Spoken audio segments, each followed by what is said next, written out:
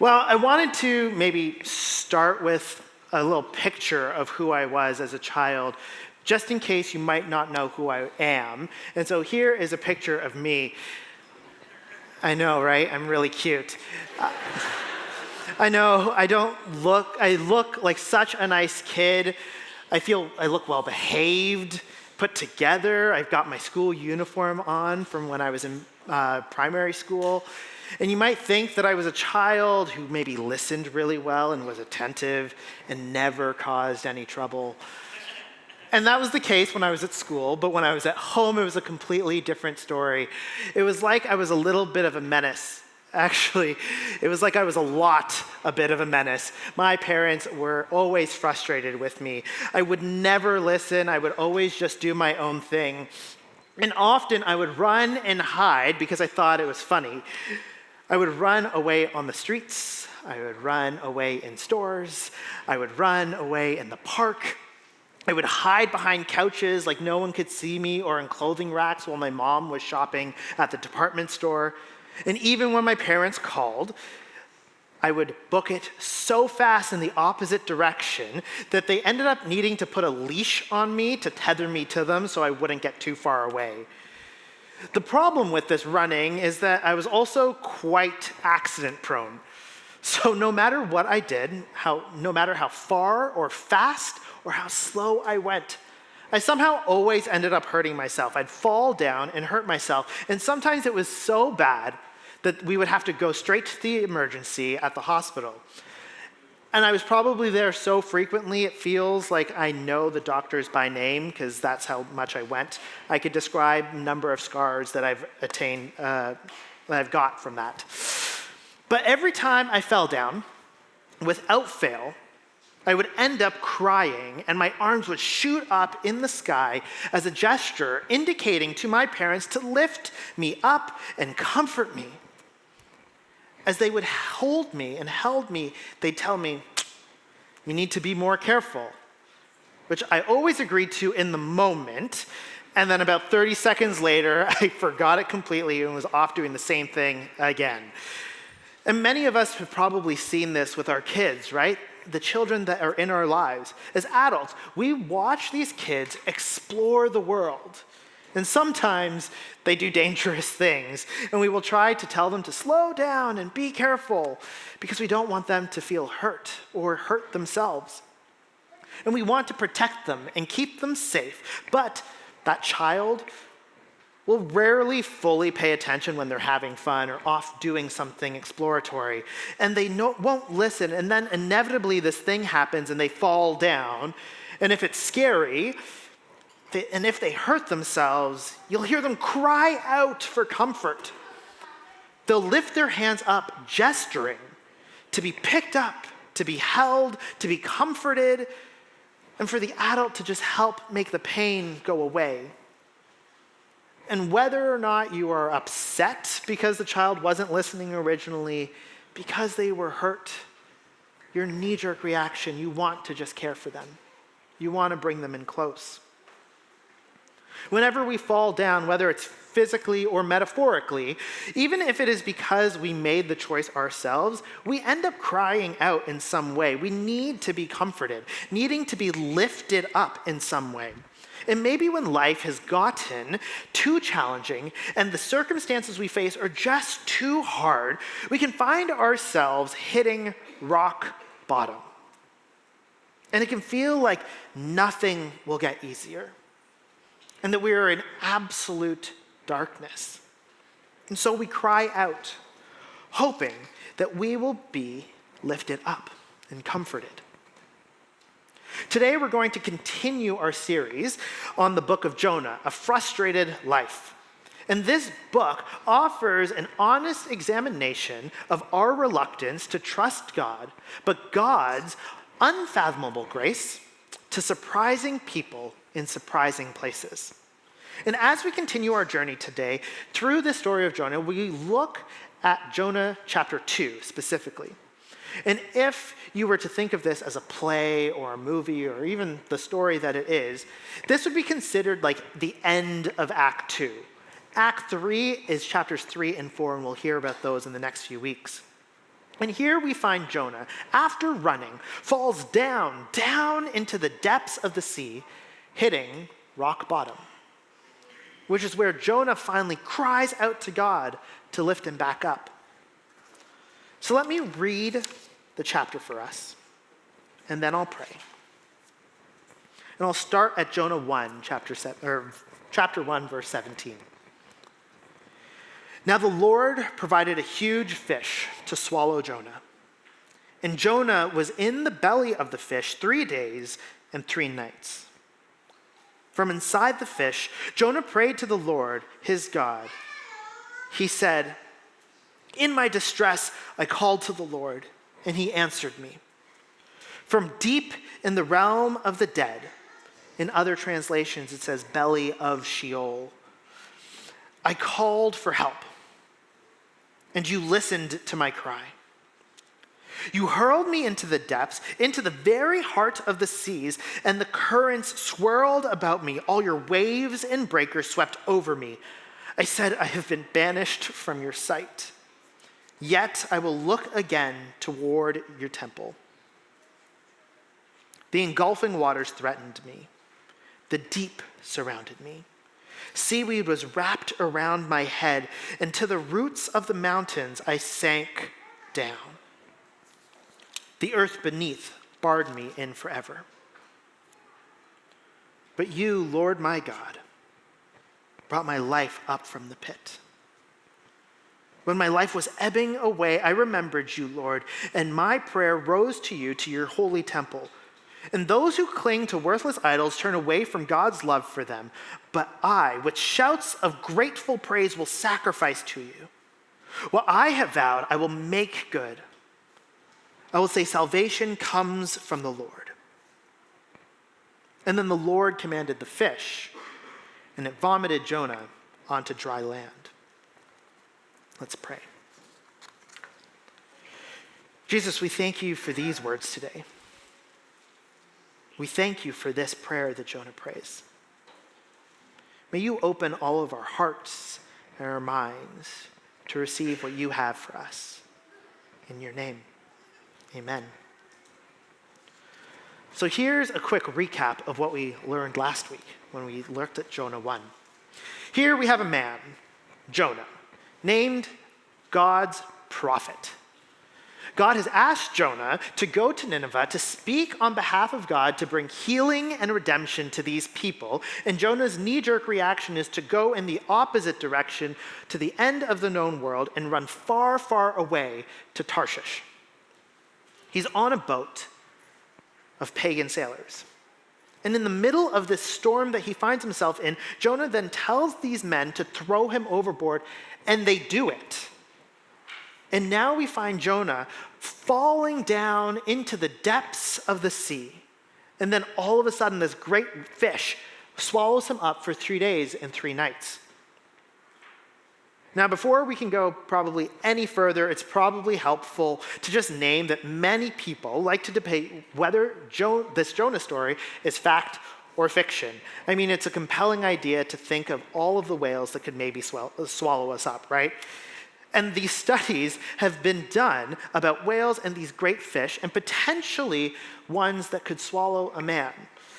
Many who believe that the story is real have concluded that this sea creature that is described is most likely a sperm whale.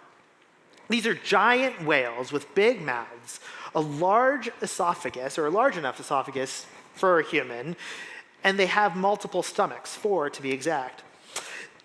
There are even stories of men being swallowed by whales temporarily, like this guy. In 1891, there was a story of a whaler named James Bartley, who reportedly fell into the sea while harpooning a large sperm whale. He was swallowed by it and survived in its stomach. He was only pulled out 36 hours later when some other whalers were cutting the now dead whale open and found James inside. Shocking. Apparently, years later when he died, James's tombstone says, "James Bartley, a modern Jonah." no matter the belief or theory that you may have about this great fish, this story isn't actually about this sea monster. It's actually a story to tell us who God is, that God's love and grace has no bounds, that it can and will stretch all the way to the depths of the sea and to the furthest, darkest places in our lives. And hopefully today, we will see how God's grace meets us when we fall down into these dark places. And how when we cry out to God, he helps lift us up into the light. One of the themes in this book is this word down that's repeated a number of times. In chapter 1, it's repeated 4 times, and here we're told that Jonah just went down. Then in chapter 2, the metaphor is pushed even further as Jonah is falling down off the boat, is swallowed by a whale, and literally taken down, down, down to the bottom of the sea. Jonah, this prophet of God, with a task from God, literally falls down so deep that he hits rock bottom, which Jonah himself describes in verse 6 as to the roots of the mountains I sank down. As a prophet and a man of faith, Jonah fell down. For many of us, we often don't think that with our faith that we can fall down and we can hit rock bottom, but the truth is sometimes it does happen. But Jonah fell down, hit rock bottom, and was in one of these darkest places in his life. He personally, spiritually, and physically hit rock bottom. He ran away from God, was shown to be selfish and self-righteous, and now lay in the belly of a fish at the bottom of the sea. And he uses these intense metaphors to describe his discomfort, referencing Sheol, or the realm of the dead, to suggest that being inside this sea creature is like being in hell itself. And this is how Jonah then chooses to describe his feelings of hitting rock bottom. As I read these next few passages, maybe try to imagine in your own mind if you've ever felt any of these feelings before. Starting at verse 3. You hurled me into the depths, into the very heart of the seas. And the currents swirled about me. All your waves and breakers swept over me. I said, I've been banished from your sight. The engulfing waters threatened me. The deep surrounded me. Seaweed was wrapped around my head, and to the roots of the mountains I just sank down. The earth beneath barred me in forever. Maybe if I was to translate that for us, it's like Jonah is saying, I've suddenly been thrown into pain and struggle, and it's so difficult for me to feel grounded or even just catch my breath. It feels like something is just walking all over me and that I'm being trampled. I mean, I feel like I've lost a significant friend and a relationship. And this feeling is overwhelming. It's in over my head. It feels like I'm being surrounded by hostility and conflict, and there are these tensions in my brain, and I'm worried that I will never get out of it, and I will be stuck in this forever. Have you experienced anything like that before? Have you experienced maybe one of those things before? Maybe you've experienced more than one, which isn't like a claim to fame, but I know I have, so we have that. Honestly, no one ever really wants to hit rock bottom, because it's hard to sit at the very lowest and darkest and painful places in our lives. And yet, I'm sure that many of us here today have experienced challenging, hard, difficult, dark moments. Moments when you feel like you just can't climb out, or that like you're drowning inside. Moments that might feel overwhelming and absolutely surreal. And even when you're there, you maybe tell yourself, there's no way that this could possibly get any worse. And unfortunately, the reality is sometimes it does. There's something more difficult that just comes. Are you feeling like you've hit rock bottom today? Or that you're in some type of darkness right now? How far do you feel like you've fallen down? Sometimes in these moments, they can take a long time to get through, to be lifted up. And to sit in it for a long time makes it even harder to try and find the light. And for Jonah, he was in the belly of this fish for 3 days and 3 nights. And that might feel like either like a short time or a long time for you. But no matter what that timeline is, falling down, hitting rock bottom in our darkest places, that changes our life. It changes our posture. With Jonah, God needed to minister to him. And so he sends this great fish to get him to be in a place where Jonah would finally turn back to God and raise his hands up towards him. And as the great fish travels deeper and deeper into the darkness of the sea, this is when Jonah finally falls down and hits rock bottom. In surprise, shock, fear, Jonah is dragged to the depths and then changes his posture finally. He chooses to cry out to God. I imagine him with his hands in the air in these moments. The start of Jonah's prayer talks about this crying out. He said, "In my distress, I called to the Lord, and he answered me. Deep in the realm of the dead, I called for help or cried out for help, and you listened to my cry."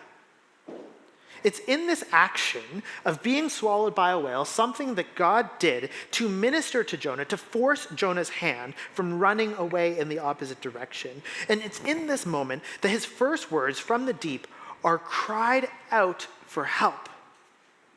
It was like he was saying, I know I've run away. I know I've fallen down, but I do not know how to get out of this.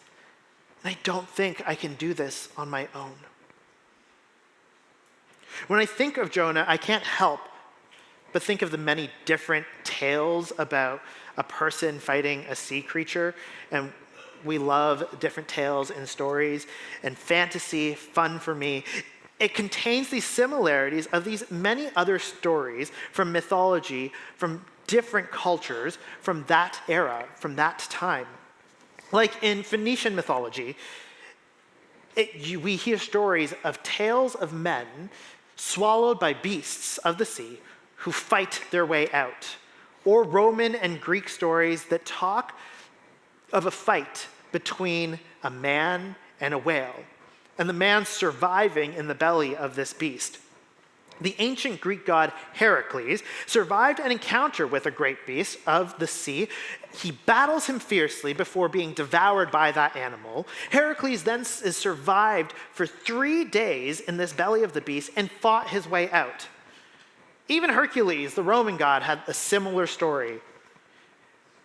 And in more recent depictions, we have the story of Pinocchio, where Pinocchio and his cronies were swallowed by a whale and then later spit out because of his bravery and honesty. Though Jonah and Pinocchio are different stories, they both technically find redemption in the belly of the whale. The way they do it, though, is different. Pinocchio proves himself by risking his life to travel deep into the depths to save his father, while Jonah over here ultimately cries out to God for a second chance to prove himself worthy and to fulfill God's plan. In fact, as I read through so many of these stories and tales and mythologies around man versus sea beast, I noticed something interesting. In every story, it was the character who fought their way out. They did it all on their own. They didn't cry out for help. They didn't need anybody else. Each one of them fought to be self-sufficient. And maybe that's something important for us to make note of today.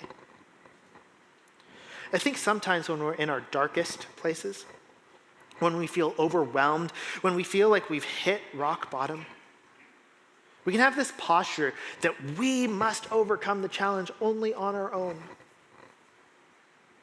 And maybe you've said phrases like this. I know I have. I have to do this on my own. Or, I got myself into this mess, so I need to pull myself out of it. Or, I don't want to burden anyone else, and so I'll just do it. I'll just do it. Those are fair and valid thoughts. But then I have this other thought in the back of my mind that sometimes we're also going to inevitably fall down deeper and deeper into the darkness because God is trying to minister to us in a way that we may not fully understand. There's this interesting thing that as Jonah falls into this ocean, into this sea, there's a storm brewing. I don't know if Jonah would have survived in the waters. And yet, God sends this fish, this great fish, to swallow him up and take him deeper. Even in the deepest places, God is present with him. God is protecting him. God is letting him be safe in some way. And maybe God is then also hoping that we will cry out for help and comfort. And that's kind of what I believe we're meant to learn from this chapter of Jonah. That doesn't really matter how far you run or how far you fall down if you've actually hit rock bottom. You can still cry out for help, and God will listen and he will hear you because you still deserve to be comforted. Because he is gracious and he is merciful and he so deeply, deeply loves you.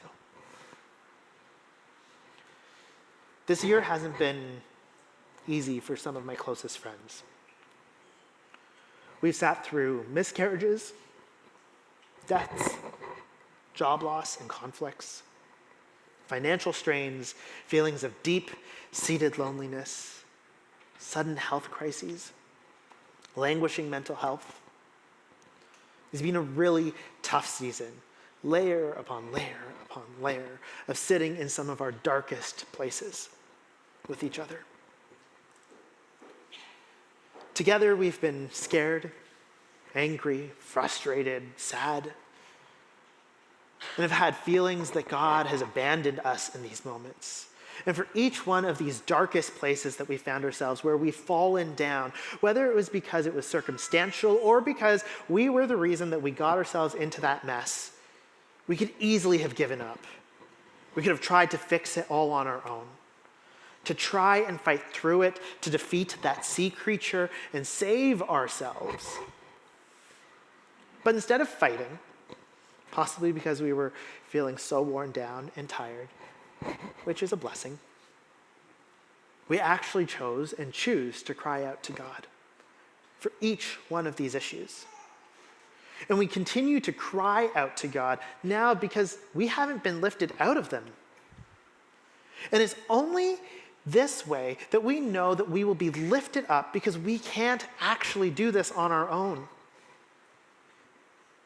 Sitting in dark places can be difficult, but I'm so grateful that as Jesus people, that we have this ability to offer care, prayer, support, so we don't have to feel alone in it or fight our darkest places on our own. That we can be with people who deeply see and love us and care for each other well. So that ultimately we can help each other, cry out to God to help and to be comforted and lifted up when we need. In the last verse of Jonah 2, verse 10, it reads,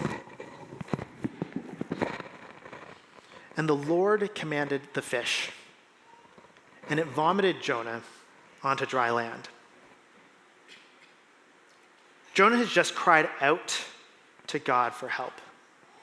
He talked about how thankful he is to know that God can hear him even within the depths of the darkest places. He knows that God will help him. And in response to this prayer, because of God's mercy and grace, he saves Jonah. It isn't Jonah's strength and ability of his own accord that saves him, it's actually God's. And God lifts Jonah up from the depths of the sea and commands this fish to vomit Jonah onto dry land, bringing Jonah back into the light. I'm not going to lie that the thought of being inside a fish for 3 days is like absolutely disgusting to me and absolutely terrifying. And then I think about like the smell of what it would be like to sit in a fish for 3 days. Makes me like nauseous and squeamish and gross. And then to have to think that like I would be vomited up. My reaction is like, nope, no thank you, I'm okay, I don't want this, I'll stay in the whale. I have no desire, and this might seem maybe a little grosser, but to like be mixed in with whatever a fish wants to throw up, absolutely nasty. That's not fun to me. And I'm sure Jonah would have much preferred a different method of being brought back onto the land. But God had a purpose in this.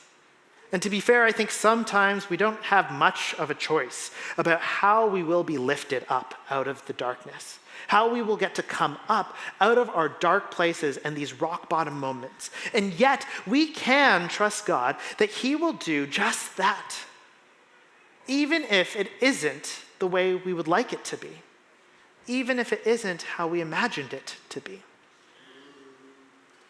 In his book, A Grace Disguised, Gerald Sitzer recalls the darkest day of his life. One day, Jerry and his family went on a field trip together to learn about First Nations culture in America. Jerry, his wife, his 2 oldest children, and his mother drove together in their family minivan. They visited a reservation in rural Ohio, watched a ceremonial dance, and had dinner with the local tribe. After dinner, his children were feeling quite exhausted, and so they packed their family back into the van and drove home. Along the way, there was a man who was drunk and driving 85 miles per hour on the road. He crossed the center line and smashed into their van. The crash killed 3 generations of women: his mother, his wife, his eldest daughter. In the moments after the accident, Jerry wrote, that initial deluge of loss slowly gave way over the next months to the steady seepage of pain that comes when grief, like floodwaters refusing to subside, finds every crack and crevice of the human spirit to enter and erode. I thought that I was going to lose my mind. I was overwhelmed with depression. The foundation of my life was close to caving in. Jerry wrestled with questions of God's goodness, God's existence, until one night he lay in bed. And he had this dream where he and his 3 children stood in the field near the scene of this accident, and the 4 of them just watched as the minivan came around the curve and the oncoming vehicle crossed the center line and crashed into their vehicle. And this is what he said about what he saw in his dream.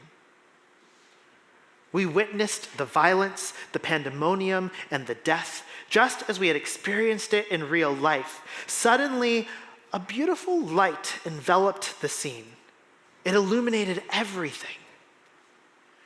The light forced us to see in greater detail the destruction of the accident, but it also enabled us to see the presence of God in that place. I knew that in that moment, that God was there at the accident, and that God was there to welcome our loved ones into heaven, and that God was there to comfort us, and that God was there to send those of us who survived in a new direction. Our falling down moments, our darkest places, can actually be places where we see that Christ is with us. In Jesus, we see that God doesn't remain distant and aloof and far from us and far from our pain and our lowest places and our suffering, but he has chosen and still continues to choose to come down into these rock bottom places, into these dark moments of our life and meet us there, always listening, always wanting to hear our cries. And though for Jonah, it only took 3 days until he was lifted up from these depths, for many of us, it may feel like we're in these depths and those dark places for just so much longer, longing for God to rescue us, longing for God to lift us up out of the darkness and back onto this dry land. Last week, Dan Whitehead offered this really beautiful and helpful picture of Christ being lower still in the depths, called Christ of the abyss. And the brilliance of this is that it just reminds us that Christ supports us, that he sacrificed more than we can imagine, that he's suffered more than we can imagine, and yet he is there with arms still raised up, seeking to support us, to love us, and to carry us. But Christ is not just in the depths with us. He's also able to reach down into the water to help lift us up onto dry land. And even in the depths and the darkness of life, whether we've made choices to get us there or not, God's love and care is for us. And it's so great that he has eyes on each and every one of us, that he sees us. And his arm is extended, reaching out, wanting to save us, to lift us up out of those depths of our darkest places and moments. Korean artist Young Sung Kim painted this image called Hand of God. It's considered one of his greatest works of art. It's a picture of Jesus standing on water, but you see him with a slight smile, a gentleness, and a brightness. And Jesus' hand is now reaching into and through the water. And it's coming from this perspective of a person underwater, underneath this water break. And Kim hopes that as we look at this picture, as we take it in, that we see ourselves as the ones under the water. When we've fallen down into these darkest places, it can make us feel like there is no way out. But no water is too deep, no mistake is too great for Christ to be with you, because he is lower still, with arms raised up to you, wanting to support you and care for you. But maybe it's a blend of those two images that we just saw. Maybe it's Christ underneath us, supporting us, and Christ above us, lifting us up. Christ teaching us and showing us that we can look up, we can lift our hands, and we can cry out for God.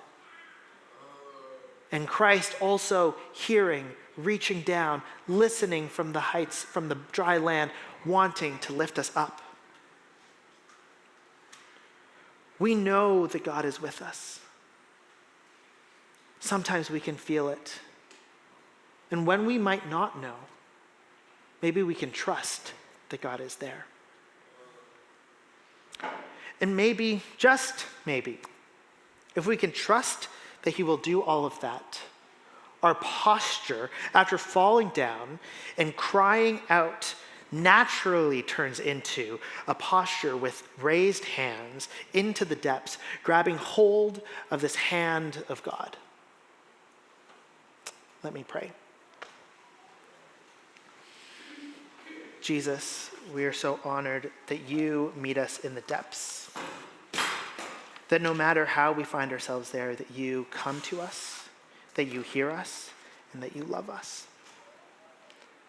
And so even today, as we might be feeling like we've hit rock bottom, like we might be feeling like we're in the dark, may you reach your hand of love, of grace, of mercy down to lift us up and into the light. Amen.